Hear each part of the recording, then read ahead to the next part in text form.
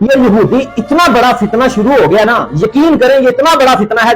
دیکھیں یہودیوں نے پہلے اسرائیل بات کیا، جگہ مانگی رہنے کے لیے، مظلومیت ظاہر کی، پھر وہ مسجد اقصیٰ کو انہوں نے نشانہ بنایا. اب یہ ٹرمپ جو آ رہا ہے یہ سعودی سمجھ رہے ہیں کہ وہ مادے ہو گئے ہمارے، اس کے ساتھ مادے ہو گئے دفاعی حدود کے، یہ وہ نہیں، مادے نہیں ہے، یہ کوئی مادے نہیں ہے. یہ صرف اسرائیل کو تو تسلیم کرتے ہیں سعودی عرب والے، لیکن وہ ٹرمپ جو ہے نا وہ خبیث، وہ سعودی حکومت کے منہ سے علانیہ طور پر امت مسلمہ کے سامنے اسرائیل کو تسلیم کروانا چاہتا ہے. جب اسرائیل کو وہ سعودی تسلیم کر لیں گے پھر اسرائیل وہاں جا کر انویسٹمنٹ کریں گے، پھر یہ نشانہ بنائیں گے جیسے مسجد اقصیٰ کو بنایا تھا نا، پھر وہ مسجد حرمین شریف مدینہ طیبین کو نشانہ بنائیں گے. یہ کفر کی، یہود کی بہت بڑی یہ دجالی سازش ہے. مسلمانوں کو اٹھنا ہوگا اس سازش کے خلاف. ابھی دیکھیں قذافی نے آواز اٹھائی، اس کو مروا دیا. سلطنت عثمانیہ کا خاتمہ بھی انہوں نے اس وجہ سے کروایا کیونکہ سلطنت عثمانیہ والے سلطان عبدالحمید اسرائیل کو جگہ نہیں دینا چاہتا تھا. وہ کہتا تھا جب تک میرے سانس میں سانس ہے میں تمہیں جگہ نہیں دوں گا. اور پھر صدر صدام اٹھا، انہیں مروا دیا. شاہ فیصل اٹھا، انہیں مروا دیا. یعنی ان کی مشن کے آگے جو مسلمان بھی اٹھا نا انہوں نے اس کو مروا دیا. یہ صرف اپنا مشن دجالی فتنہ ہے، یہ مشن ان کا. اس گھنونی سازش کے خلاف